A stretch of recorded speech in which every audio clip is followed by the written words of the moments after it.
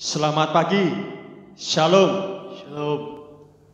Segala puji hormat kita naikkan kehadirat Tuhan kita Yesus Kristus yang telah memberikan kita kesehatan, kekuatan, sehingga pada pagi hari ini kita bisa beribadah di rumah kita masing-masing dalam keadaan sehat. Mari saya ajak saudara-saudara kekasih, kita siapkan hati kita bawa hati kita. Mari kita naikkan ucapan syukur kita, karena begitu besar kasih Allah pada kita, sehingga Dia rela mengorbankan dirinya untuk menebus kita semua. Dan sehingga pada pagi hari ini kita boleh merasakan penyertaan Tuhan, kasih Tuhan sampai hari ini. Haleluya.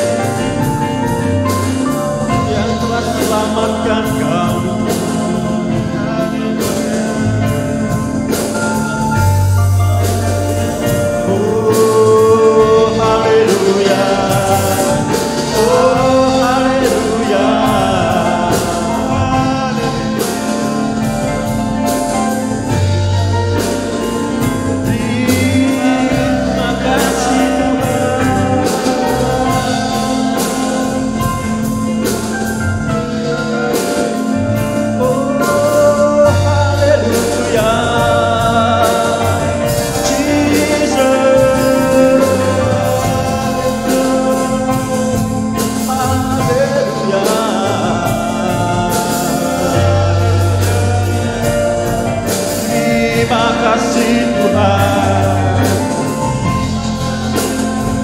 Kau yang telah selamatkan kami, Kau yang telah pulihkan kami.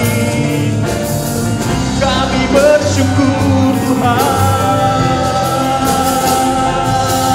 Jesus, bersyukur Tuhan, kami bersyukur.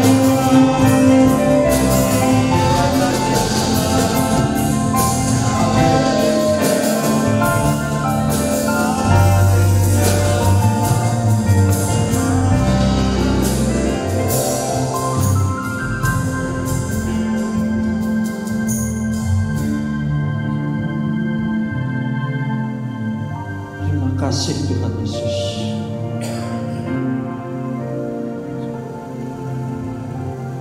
Untuk segala berkat yang boleh kami nikmati sampai hari ini Tuhan Yesus.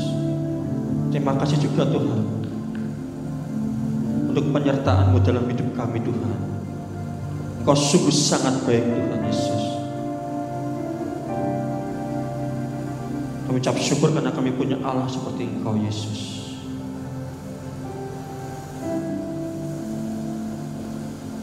Ini jemaat-Mu Tuhan. Kami rindu Tuhan Yesus, Engkau hadir di tengah-tengah kami Tuhan, menjamahkan setiap kami Tuhan. Biar apabila pada pagi hari ini ada saudara kami yang sedang sakit Tuhan, biar Engkau jamah, Engkau yang menyembuhkan Tuhan. Yang lemah Engkau kuatkan Tuhan. Yang mulai undur Tuhan, Kau tarik kembali Tuhan.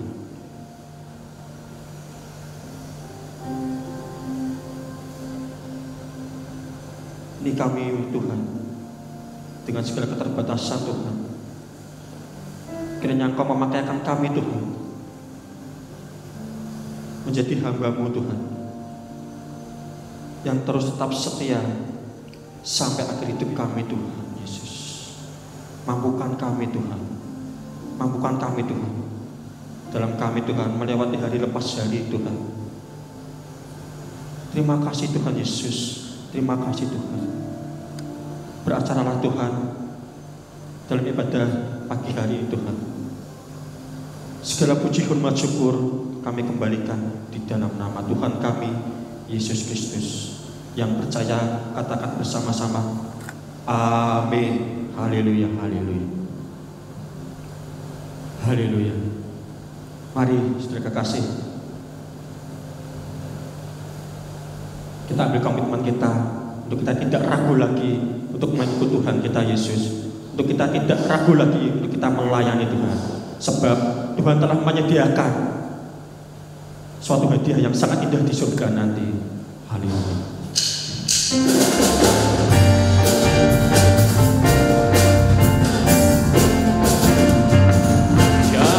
Ragu lagi untuk mengikut-Mu Yesus, tiada ku ragu lagi untuk melayani. Walau tantangan dan badai pun menerjang, tiada ku ragu lagi untuk selamanya. Yesus, Yesus, sahabat.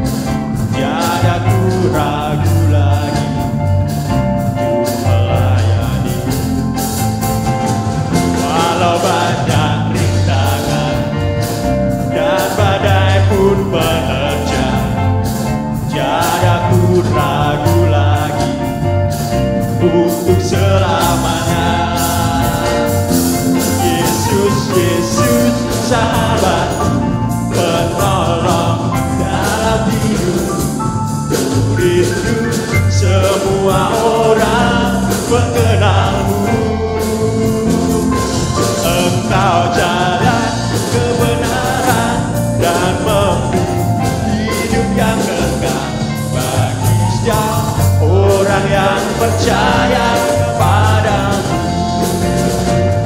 Tiada ku ragu lagi untuk mengikutmu Yesus. Tiada ku ragu lagi melayanimu.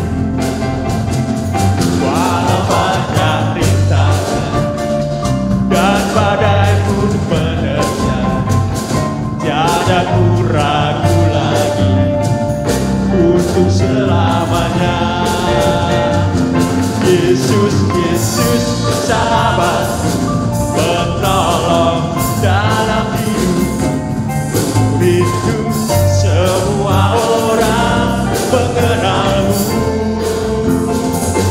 Engkau jalan kebenaran dan memberi hidup yang kekal bagi setiap orang yang percaya kepadamu. Yesus, Yesus, sahabat, penolong dalam hidupku. Rindu semua orang mengenalmu. Engkau jalan kebenaran dan memberi hidup yang kekal bagi setiap orang yang percaya kepadamu. Bagi setiap orang yang percaya kepadamu. Bagi setiap orang yang percaya kepadamu.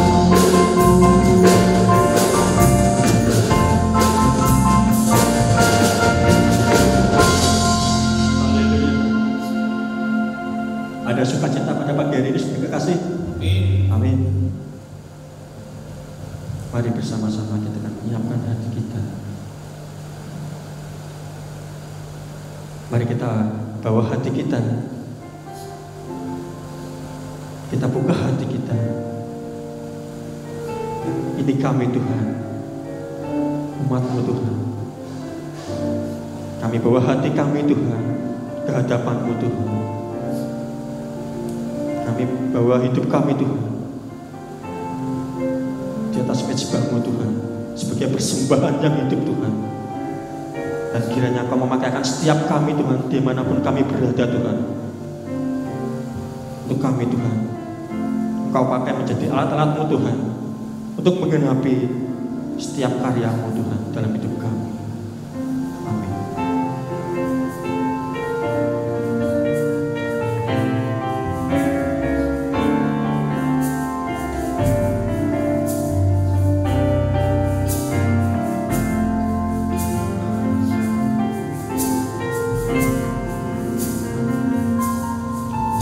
Sering ku tak mengerti jalan-jalan-Mu Tuhan, bagai di belantara yang gelap. Tanpa seribu datang, namun tetap percaya jejak-Mu Tuhan sungguh sempurna.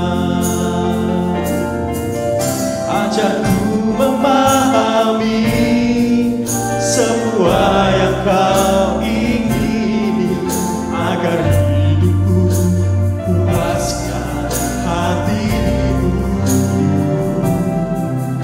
Bagimu aku rela sepenuh hati menghamba, serahkan diri genapi karya-Mu.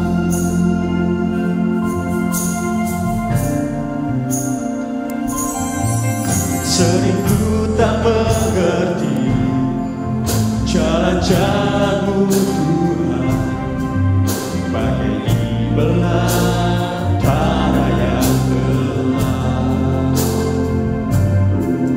Tanpa seribu datang, namun tetap percaya jejak-Mu Tuhan sungguh sempurna. Ajarku memahami semua yang Kau ingini,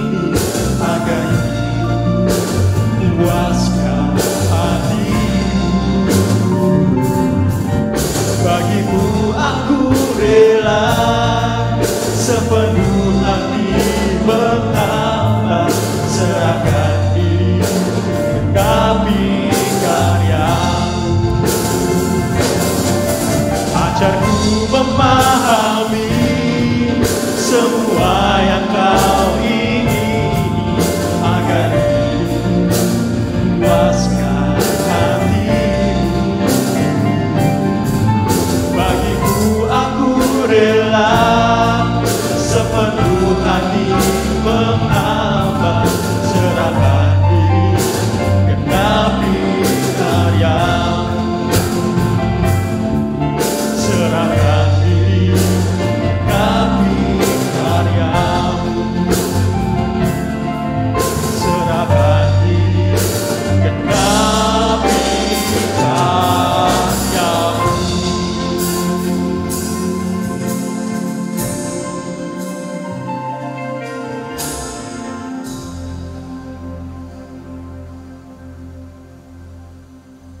Shalom, saudara-saudara sekalian. Sebelum kita belajar mendengar firman Tuhan, mari kita berdoa. Kita minta Roh Kudus memimpin akan pengertian kita terhadap firman Tuhan. Tuhan, di dalam kami mengikut Engkau, dalam kami melayani Tuhan, sering kami menghadapi hal-hal yang tidak kami bayangkan, menghadapi hal-hal yang mungkin tidak mengenakan bagi kami, sesuatu hal yang berat dalam kehidupan kami, dan kami tidak tahu apa rencana Tuhan dalam hidup kami. Tetapi ajar kami untuk kami boleh tetap teguh mengiring dan melayani Tuhan. Ajar kami untuk tetap setia sampai akhir di dalam kami melayani Tuhan. Karena itu pagi ini kami ingin belajar sebagian kebenaran firman-Mu. Kami mohon Roh Kudus yang menolong, memimpin kami, membuka pikiran dan hati kami, supaya kami boleh mengerti akan kebenaran firman Tuhan. Dan kami boleh mengaplikasikan firman itu di dalam kehidupan kami. Terima kasih Tuhan Yesus. Di dalam nama-Mu kami berdoa. Amin. Ya, selamat pagi Bapak Ibu Saudara sekalian.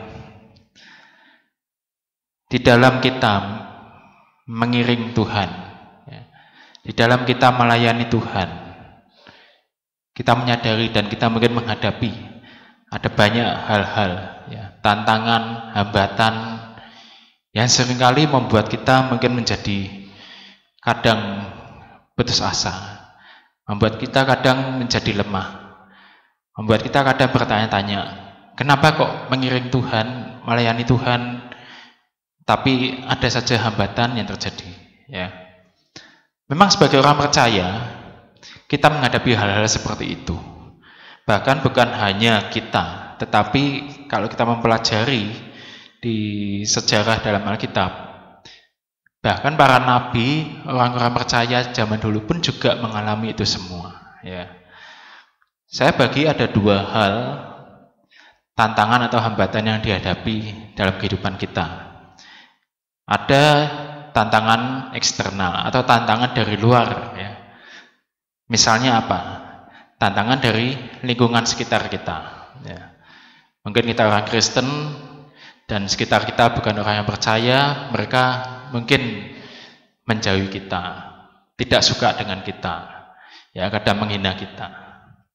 Tantangan eksternal apa lagi? Tantangan secara politik. Ya. Hal seperti ini sering pernah dihadapi oleh contohnya Daniel, Sadrak, Mesak, dan Abednego. Ya.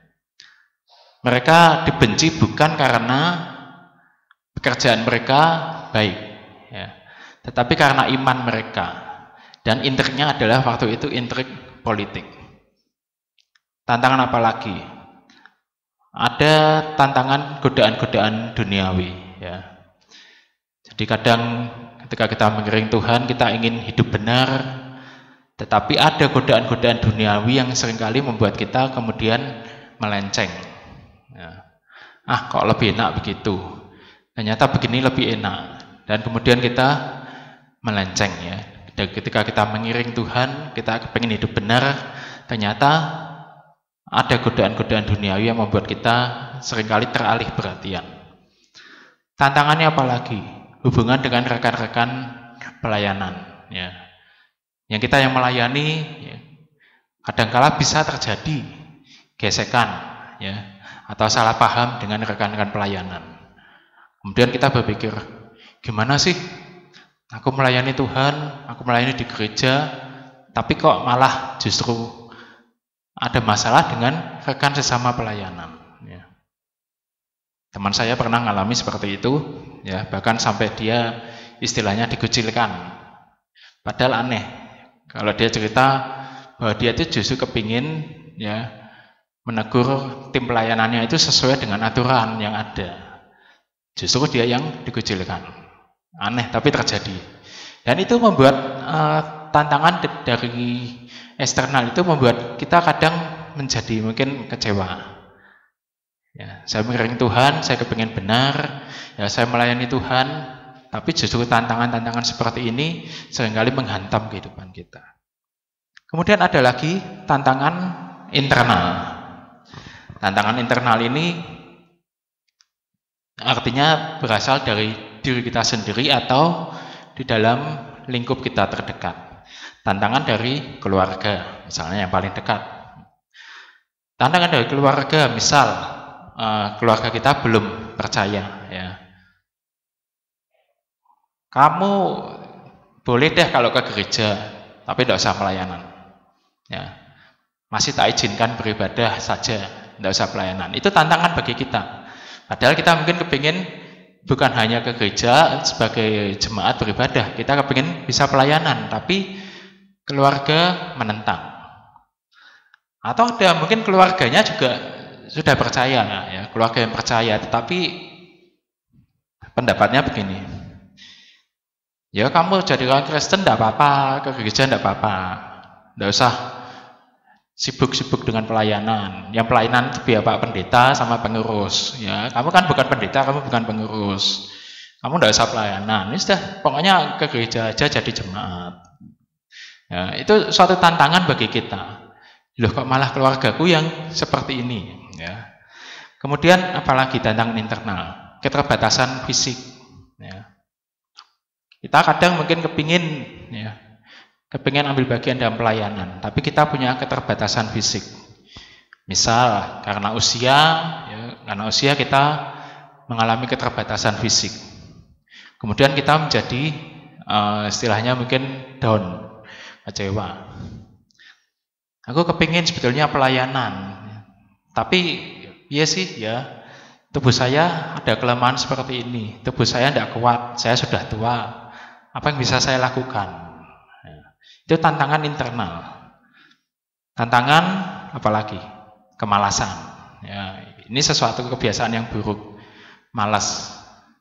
Diajak maju, diajak pelayanan, ya, enggak, malas aku. Ya, itu suatu tantangan.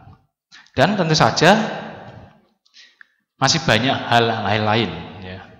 Nah, kalau kita melihat bahwa para tokoh iman, para nabi, para rasul dan lain-lain orang yang ada di dalam Alkitab ini, ya, mereka pun mengalami hal-hal yang sama.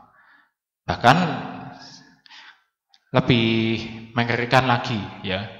Mereka bahkan sampai menjadi martir, ya, membela iman mereka sampai mereka mati. Itu jauh lebih berat. Tapi kalau kita lihat bahwa mereka itu tetap bertahan, ya. Apapun resikonya mereka tetap bertahan. Nah, pagi ini kita akan membahas, ya, mengapa kita itu harus bertahan di dalam mengikut dan melayani Tuhan. Kenapa kok hanya karena tantangan-tantangan itu kita tidak boleh menyerah. Yang pertama, kita dipilih dan dipanggil oleh kasih karunia Bapa. Kita harus menyadari itu, ya. Kita itu dipilih, dipanggil oleh kasih karunia Bapa. Mari kita melihat di dalam Galatia pasal 1 ayat 15 sampai 16. Galatia pasal 1 ayat 15 sampai yang ke-16. Dikatakan demikian. Tetapi waktu Ia yang telah memilih aku sejak kandungan ibuku, perhatikan, ya, Tuhan yang telah memilih sejak di dalam kandungan dan memanggil aku oleh kasih karunia-Nya. Jadi dipanggil oleh kasih karunia Tuhan, berkenan menyatakan anaknya di dalam aku, supaya aku memberitakan dia di antara bangsa-bangsa bukan Yahudi, maka sesaat pun aku tidak minta pertimbangan kepada manusia. Ini Rasul Paulus mengatakan demikian.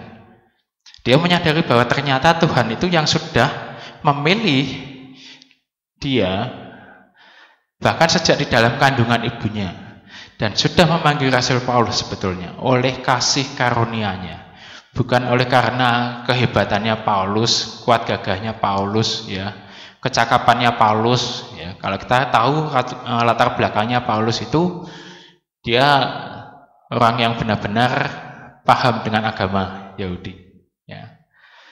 Istilahnya pengenalan akan Tauratnya dia benar-benar luar biasa. Tapi bukan itu sebetulnya, ya. Rasul Paulus menyadari Tuhan yang sudah memanggil dia sejak dalam kandungan ibunya dan menetapkan untuk menjadi rasul, panggilannya itu oleh kasih karunia Tuhan, ya.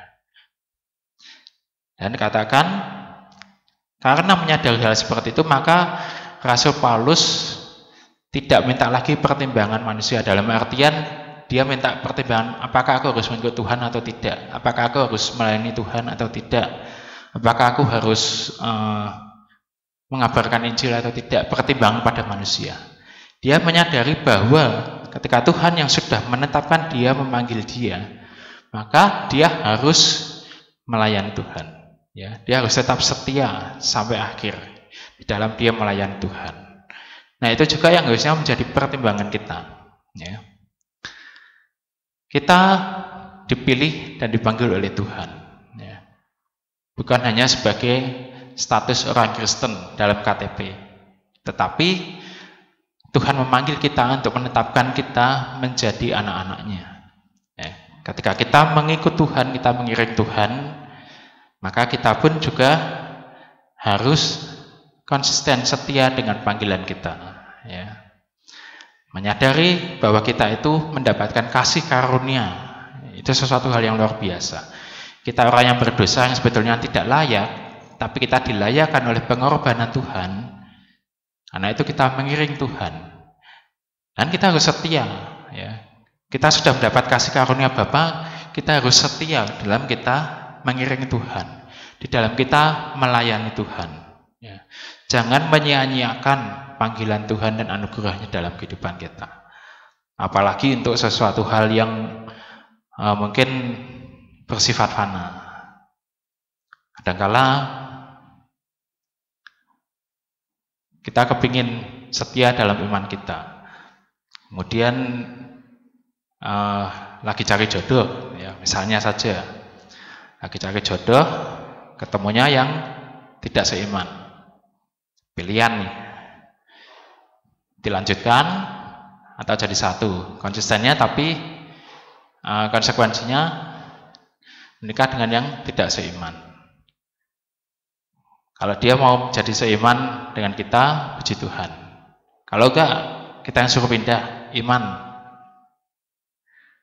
Ada kadang orang Kristen yang kemudian gagal di tengah jalan karena hal seperti ini, ya. Meninggalkan Tuhan demi cinta, ya. Kita dipilih, dipanggil oleh kasih karunia Bapa. Jangan menyia-nyiakan panggilan Tuhan, ya. Alasan yang kedua, kita melayani karena kita itu hamba-hamba Kristus, ya. Kita itu ada hamba-hambanya Tuhan, ya.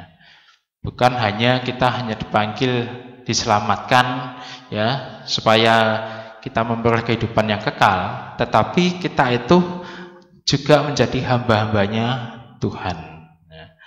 Di dalam 2 Korintus 4 ayat yang ke-5 dikatakan demikian, 2 Korintus 4 ayat yang ke-5, sebab bukan diri kami yang kami beritakan, tetapi Yesus Kristus sebagai Tuhan, dan diri kami sebagai hamba-Mu karena kehendak Yesus, ya. Rasul Paulus mengatakan, kami itu bukan memberitakan diri kami. Ini loh Rasul Paulus yang hebat, bukan. Kami memberitakan Tuhan Yesus, ya. Dan kami menjadi pelayan-pelayan dari umat Tuhan sesuai kehendak Tuhan. Ya. Jadi kehendak Tuhan adalah supaya Rasul Paulus itu menjadi pelayan bagi jemaat.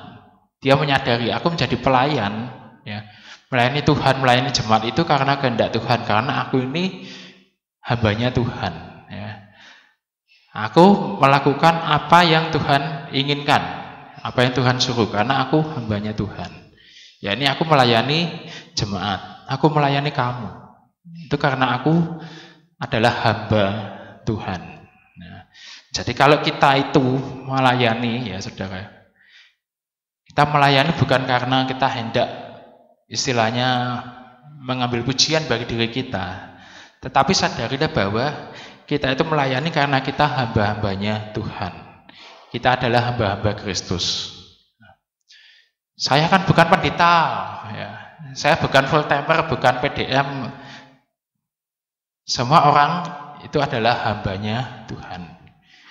Kalau bukan hambanya Tuhan, berarti hambanya siapa? Hambanya setan.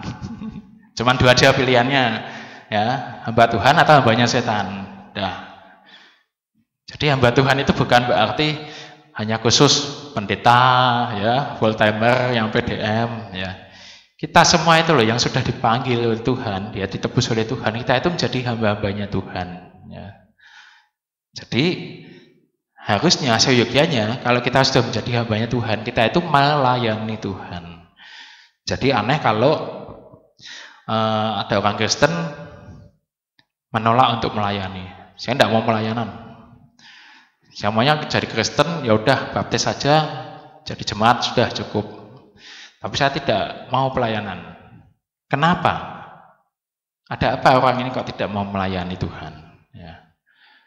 Mungkin adalah alasannya, saya tidak pinter begini. Saya tidak punya kemampuan. Saya tidak punya apa. Pasti ada hal yang bisa saudara lakukan untuk melayani Tuhan. Ya. Melayani Tuhan bukan hanya yang ada di atas mimbar, yang ada di atas panggung. Ya. Banyak hal pelayanan yang bisa kita lakukan sesuai dengan kapasitas dan kemampuan kita. Ada gereja-gereja, ya, bahkan pelayanannya itu sebagai tukang masak, saudara. Ya. Pelayanan yang kadang jarang. Pelayanannya sebagai tukang masak. Jadi, misalnya gereja ada acara, ya, dia orang-orang ini yang pelayanan sebagai tukang masak ini yang mempersiapkan, ya, memasak untuk jemaat. Itu suatu pelayanan. Ya. Seringkali tidak dilihat di atas panggung. Ada pelayanan sebagai penata parkir. Mungkin karena gerejanya luas sekali, ya. Ya, parkirannya luas, jemaatnya juga banyak, pakai mobil, pakai sepeda motor. Ada pelayanan sebagai petugas-petugas parkir, ya. Seolah mungkin dilihat sebelah mata, lah, tukang parkir aja. Ya.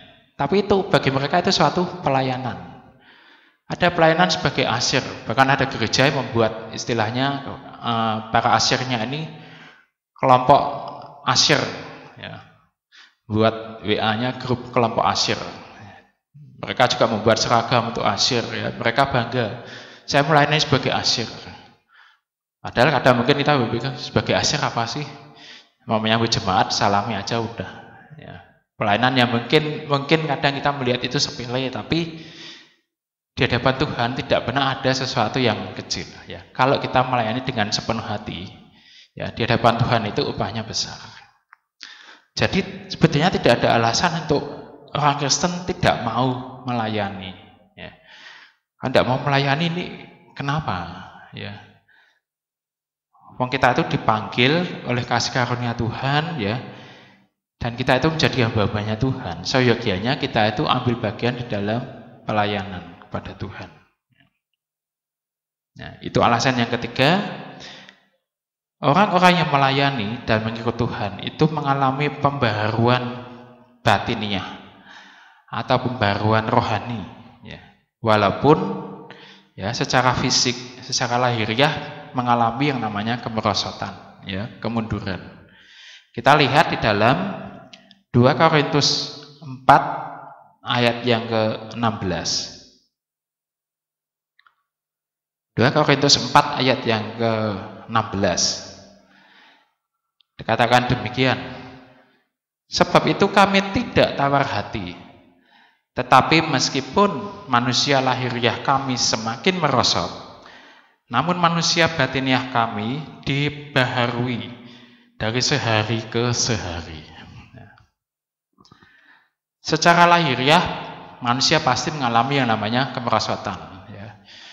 Pertambahan usia semakin tua, pasti istilahnya kemampuan tubuh pasti mengalami kemerosotan. Dulu masih muda, masih kuat, sekarang sudah usianya lanjut, sudah sepuh, pasti secara fisik mengalami kemerosotan. Tetapi orang yang melayani Tuhan, orang yang mengikut Tuhan dengan setia, benar-benar setia, itu manusia batiniahnya, manusia rohaninya itu selalu mengalami yang namanya pembaharuan. Kenapa ada pembaharuan? Karena kalau orang yang mengikut Tuhan dengan setia dan sungguh-sungguh,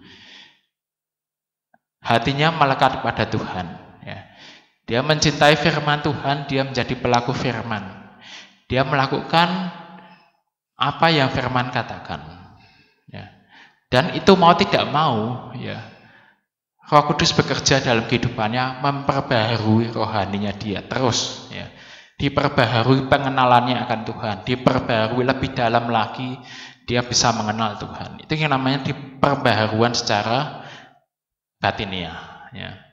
Dan itu Rasul Paulus mengatakan, kami tidak tawar hati, mereka menghadapi banyak aniaya ketika memberitakan Injil. Tapi Rasul Paulus mengatakan kami tidak tawar hati. Sekalipun manusia lahiriah kami mengalami kemerosotan, dianiaya, disesah, usia juga bertambah, tapi manusia batiniahnya terus diperbarui. Semakin mengenal Tuhan, semakin dalam lagi, mengerti akan kebenaran firman Tuhan. Dibukakan rahasia-rahasia akan firman Tuhan. Itu memperbarui secara batiniah. Jadi, alasan yang ketiga, mengapa kita harus bertahan? Supaya manusia batiniah kita itu terus diperbarui oleh Tuhan. Kita bertahan mengiring Tuhan, kita bertahan untuk melayani Tuhan dengan setia, dengan benar. Itu akan membuat manusia batiniah kita itu diperbarui.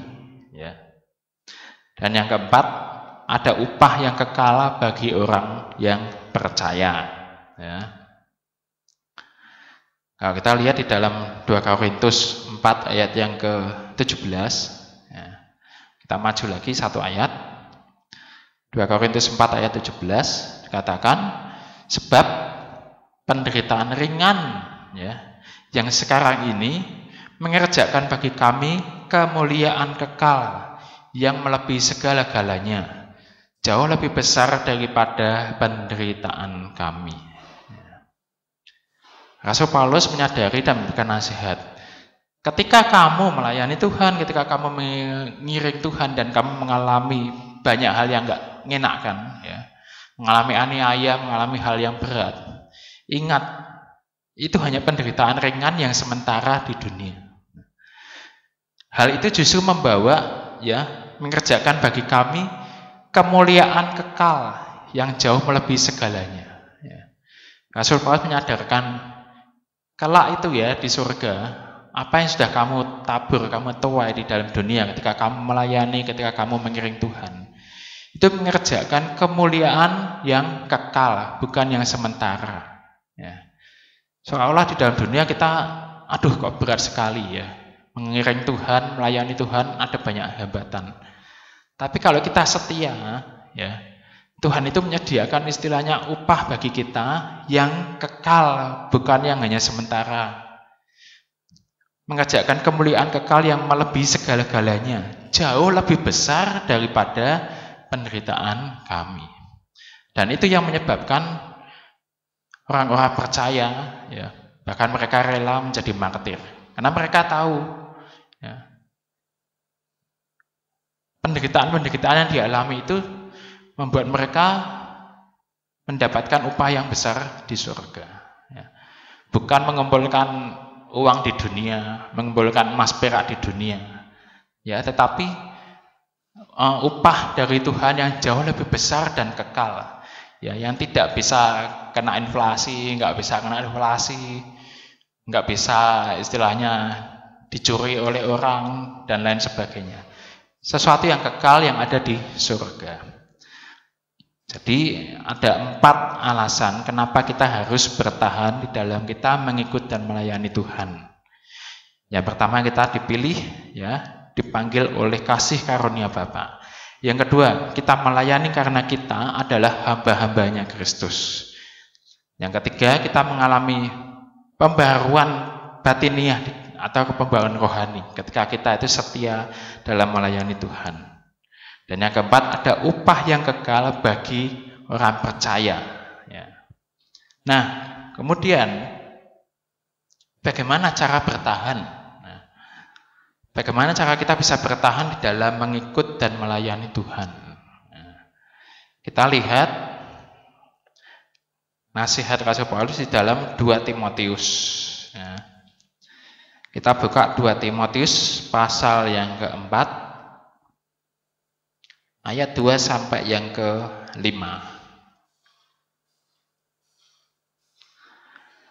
2 Timotius pasal 4 ayat 2 sampai ke-5.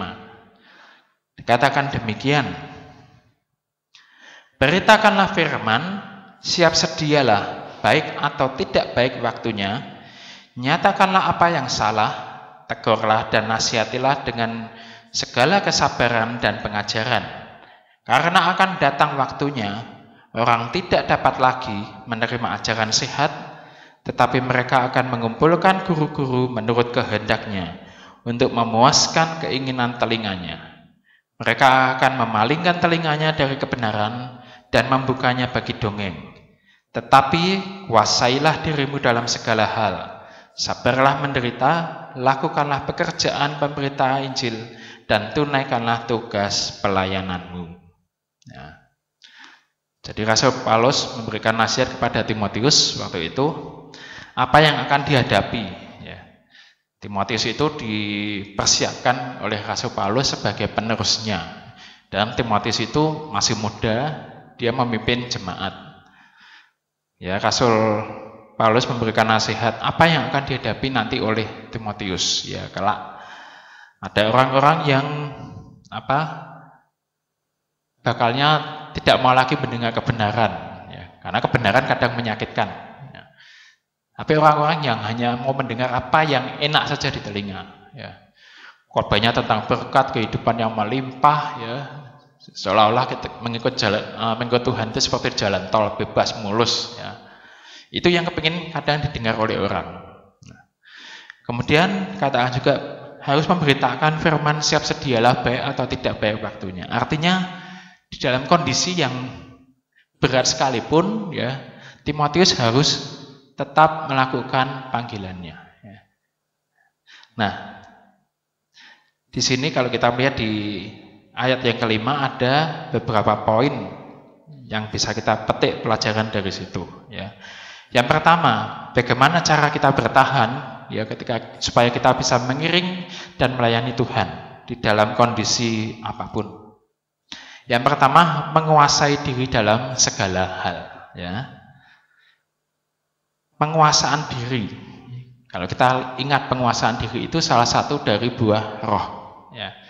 Jadi, penguasaan diri itu merupakan ketetapan hati dan pikiran. Ya. Perlu yang namanya ketetapan hati dan pikiran untuk mau penguasaan diri. Yang itu diperoleh dari Tuhan. Ya. Jadi Tuhan itu yang membuat kita mampu. Tuhan di dalam bentuk Roh Kudus dalam kehidupan kita itu yang membuat kita mampu untuk bisa menguasai diri. Bukan dengan kekuatan kita, ya. Karena manusia itu terbatas. Ya. Mampu menguasai diri kita. Ya. Dalam artian memiliki kerendahan hati dan menahan diri di dalam kita berbicara, bertindak, berpikir, bereaksi. Ya. Menahan diri dalam artian tidak sembrono, tetapi kita melakukannya sesuai dengan kebenaran firman Tuhan. Itu artinya penguasaan diri. Nah, kenapa yang nasihat pertama dari Rasul Paulus adalah kuasailah dirimu dalam segala hal. Dalam menghadapi banyak tantangan, ya, kalau seseorang tidak bisa menguasai diri, dia bisa salah ambil tindakan. Dia bisa kalap, ya. Dia bisa akhirnya menjadi kecewa dan meninggalkan Tuhan. Karena itu harus pertama nasihatnya adalah menguasai diri untuk kita bisa bertahan. Kuasai dirimu sendiri. Ya. Firman Tuhan mengatakan orang yang bisa menguasai diri itu melebihi pahlawan. Ya. Karena menguasai diri sendiri itu jauh lebih susah. Ya. Nah, apa saja yang harus dikuasai? Penguasaan diri meliputi yang pertama, menguasai emosi atau kemarahan. Ya. Kalau tidak bisa menguasai emosi atau kemarahan, ya, kita menghadapi masalah, kita menghadapi tantangan, emosi kita langsung meledak. Ya. Dan orang kalau udah emosi meledak, kadang-kala mengambil keputusan yang salah. Bahkan emosi yang meledak bisa mencelakakan orang lain. Penguasaan diri meliputi apalagi mulut. Ya. Kalau ada emosi, mulutnya udah tidak terkendali lagi, ya. Bisa mengeluarkan sumpah serapah dan kutuk mengutuk. Ya. Sesuatu yang jelas-jelas akan membuat dosa di dalam kehidupan kita. Ya. Kita akan mengiring Tuhan dengan benar, tapi kita tidak bisa menguasai diri. Ya. Ada masalah, ada hambatan, kita bisa meledak dan menjadi berbuat dosa. Ya. Penguasaan diri juga meliputi yang namanya keinginan mata. Ya.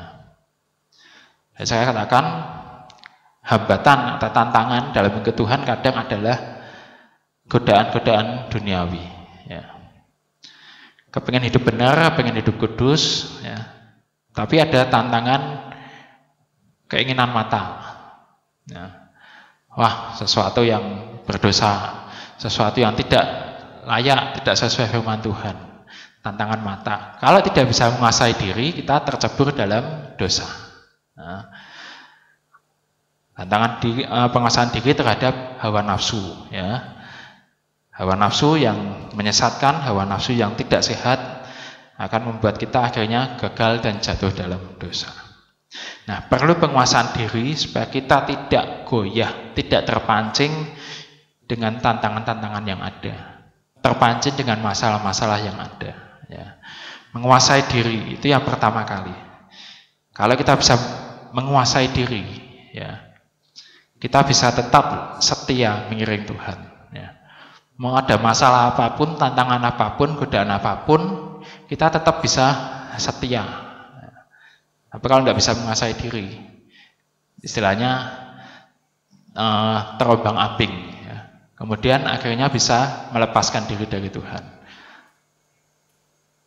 Yang kedua, caranya adalah sabar di dalam penderitaan. Ya. Kuasailah dirimu dalam segala hal, sabarlah di dalam penderitaan. Ya.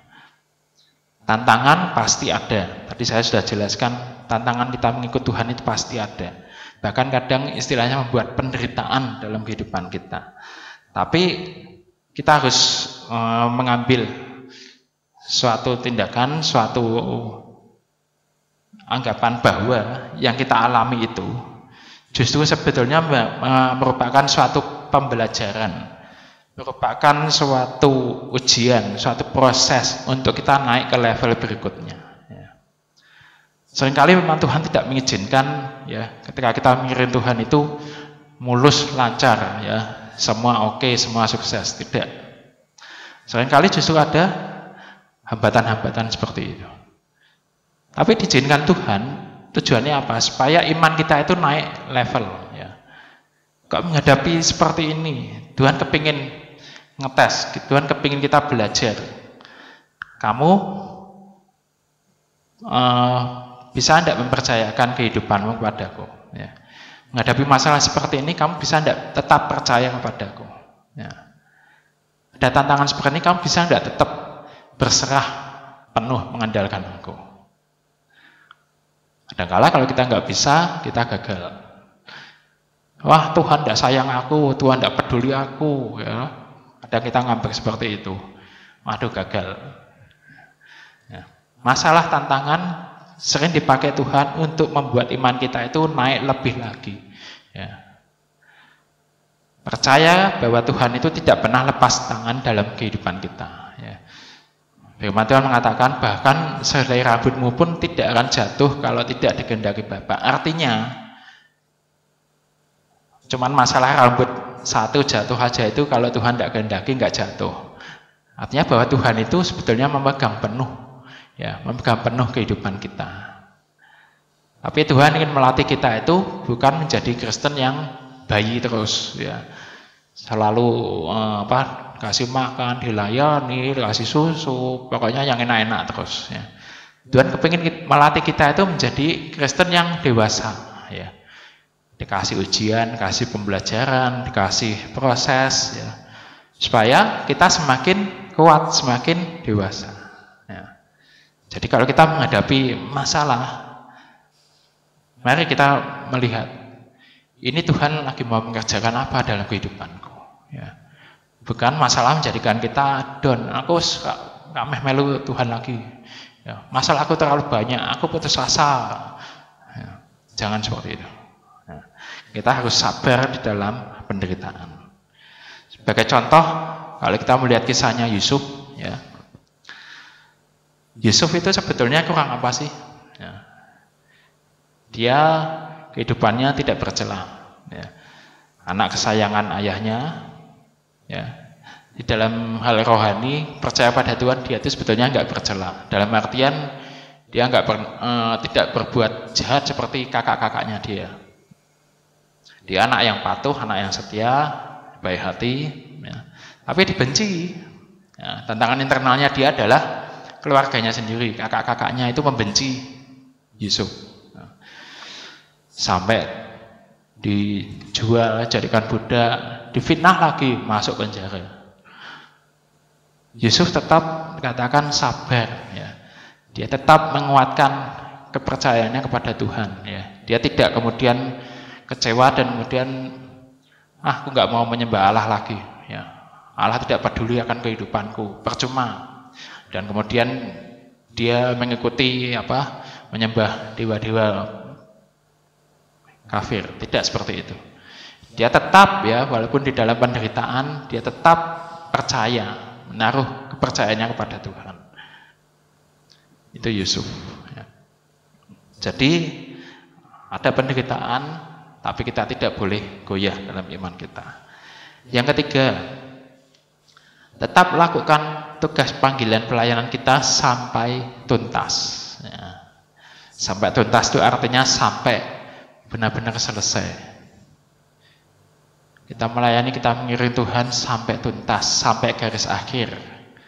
Jangan pedot tengah jalan. Ya. Pedot tengah jalan kenapa? Ya tadi pindah iman. Ya. Gara-gara jatuh cinta pindah iman, pedot tengah jalan. Gara-gara apa lagi? Tidak kuat penderitaan, kemudian meninggalkan Tuhan. Gara-gara apa? Tergoda iming-iming dunia, ya. Nah, meninggalkan Tuhan Yesus, kamu jadi kaya raya dan lain sebagainya, tergoda yang seperti itu, ya. Kemudian meninggalkan Tuhan, pedot tengah jalan, ya. Tidak bisa tuntas. Tapi kita harus lakukan panggilan pelayanan kita sampai tuntas, tidak berhenti di tengah jalan. Ada contoh di Alkitab? Ada. Orang yang karena mencintai dunia akhirnya meninggalkan pelayanan. Namanya adalah Demas. Rasul Paulus mengatakan, Demas telah mencintai dunia sehingga dia meninggalkan pelayanan, dia meninggalkan pekerjaan Tuhan. Mungkin tergiur, ya, mencintai dunia dengan segala dosanya, kelihatannya kok lebih enak, kemudian dia meninggalkan Tuhan. Nah, tidak tuntas. Kita harus lakukan panggilan kita lakukan pengiringan kita kepada Tuhan itu sampai tuntas. Ya, sampai Tuhan memanggil kita, harus sampai garis akhir. Dan yang keempat kuncinya adalah komitmen. Ya. Komitmen ini sesuatu yang sangat penting sekali. Ya. Komitmen artinya kita teguh di dalam kondisi apapun. Ya. Menghadapi apapun, kalau kita punya komitmen, kita akan lakukan terus. Ya. Tidak peduli ada tantangan, ada hambatan apapun. Komitmen, ya, tidak mudah menyerah dan tidak mudah diombang-ambingkan oleh situasi. Kalau orang tanpa komitmen diombang-ambingkan situasi, gampang, ya, gampang terombang-ambing, gampang kabur dan lain sebagainya. Firman Tuhan pada pagi ini memberikan nasihat supaya kita terus setia, ya, terus bertahan. Ketika kita mengiring Tuhan, ketika kita melayani Tuhan. Kita lihat sebagai penutup satu ayat di dalam 1 Korintus 15 ayat yang ke-58.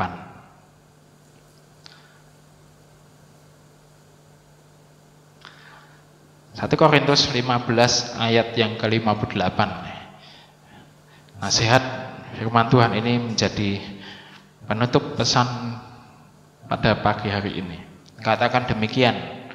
Karena itu saudara-saudaraku yang kekasih, berdirilah teguh, jangan goyah, dan giatlah selalu dalam pekerjaan Tuhan. Sebab kamu tahu bahwa dalam persekutuan dengan Tuhan, jerih payahmu tidak sia-sia. Amin. Mari kita berdoa. Terima kasih Tuhan kalau pagi ini kami boleh belajar sebagian dari kemenangan firman-Mu. Dan kami dikuatkan, kami boleh mengerti bagaimana kami harus setia dan terus bertahan di dalam kami mengiring Tuhan, di dalam kami melayani Tuhan. Karena Tuhan menyediakan upah bagi kami, sesuatu hal yang kekal yang Tuhan sediakan bagi kami. Dan karena kami adalah orang-orang yang sudah ditebus oleh Tuhan, kami menjadi hamba-hamba Tuhan yang kami melayani Tuhan dan melayani jemaat Tuhan. Bahkan kami pun mendapatkan kasih anugerah Tuhan dalam kehidupan kami. Karena itu, mari Roh Kudus yang memberikan kekuatan bagi kami, Roh Kudus yang mengajar kami setiap saat, supaya kami tetap teguh dan kami tidak mudah menyerah di dalam banyak hal yang kami hadapi. Tapi iman kami semakin dewasa, iman kami semakin naik, dan pengenalan kami akan Tuhan pun semakin hari semakin mendalam. Terima kasih untuk pengajaran firman-Mu Tuhan.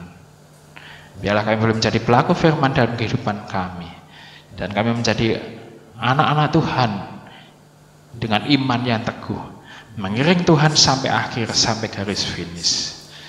Bukan karena kuat gagah kami, tetapi karena Roh Tuhan yang memampukan dan memberi kami kekuatan. Terima kasih Tuhan, di dalam nama Tuhan Yesus Kristus kami berdoa. Amin.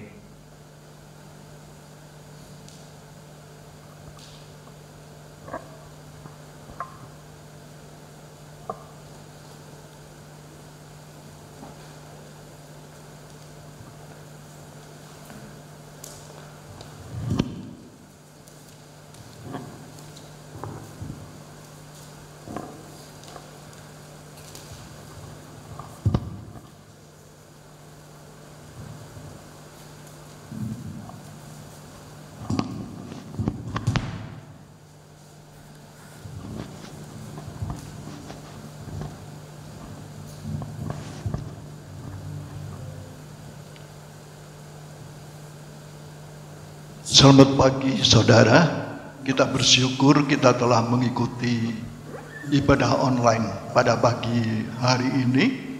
Kita semua dikuatkan melalui ibadah ini lewat puji-pujian, lewat firman Tuhan, dan sebentar kita akan mengakhiri ibadah kita. Saudara, sebelum berakhir saya ingin mengingatkan, yaitu setiap malam kita itu mengadakan doa.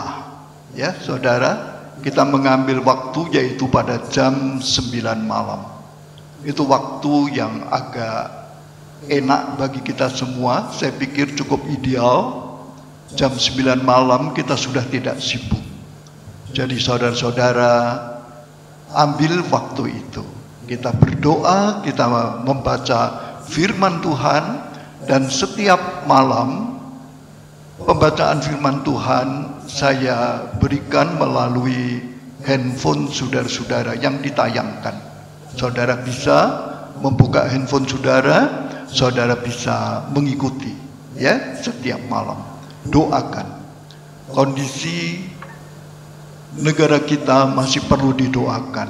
Pandemi COVID-19 masih belum mereda ya. Bahkan kita dengar untuk kota Semarang melonjak, demikian juga untuk Jawa Tengah. Ya, itu saja yang ingin saya sampaikan. Mari sekarang kita akhiri saudara-saudara ibadah online kita pada pagi hari ini. Mari kita berdoa bersama. Bapa, kami bersyukur untuk anugerah-Mu. Engkau telah memberkati kami pada pagi hari ini. Kami semua dikuatkan. Kami yang berada di rumah kami masing-masing, kami juga sudah dikuatkan, kami disegarkan dengan kebenaran firman-Mu. Tuhan memberkati kami, memberkati seluruh jemaat-Mu. Pimpin jemaat-Mu Tuhan, sertai mereka. Engkau yang jaga dan lindungi mereka. Ketika mereka berada di rumah, Engkau yang menjagai mereka. Ketika mereka berada di luar rumah, karena mereka bekerja, mereka mencari nafkah, biar kiranya Engkau pun beserta dengan jemaat-Mu ini. Pimpin dan memberkati. Tuhan pun mencukupkan keperluan, kebutuhan, kehidupan sehari-hari dari jemaat-Mu. Terima kasih karena kami percaya akan janji-Mu. Janji-Mu ya dan amin. Dan Engkau tidak pernah meninggalkan orang-orang yang percaya. Kalau burung-burung di udara Engkau pelihara, kalau bunga bakung di ladang Engkau peliharakan juga. Lebih-lebih lagi kami sebagai anak-anak-Mu yang percaya, Engkau akan mencukupkan dan melindungi kami semua. Terima kasih Tuhan, kami mengucapkan syukur. Sekarang saudara-saudara, tadahkan hati saudara di hadapan Tuhan, dan terimalah akan berkat Tuhan. Tuhan akan mengangkat engkau menjadi kepala dan bukan menjadi ekor. Engkau akan tetap naik dan bukan turun. Tuhanlah penjagamu, Tuhanlah naunganmu di sebelah tangan kananmu. Matahari tidak menyakiti engkau pada waktu siang, atau bulan pada waktu malam. Tuhan akan menjaga engkau terhadap segala kecelakaan. Ia akan menjaga nyawamu. Tuhan akan menjaga keluar masukmu dari sekarang sampai selama-lamanya. Anugerah Tuhan Yesus Kristus, kasih kesetiaan Allah Bapa, di dalam persekutuan dengan Allah Roh Kudus, kiranya beserta dengan saudara-saudara sekalian, dari sekarang ini sampai selama-lamanya, sampai pada waktu Tuhan Yesus Kristus datang untuk kedua kalinya. Amin.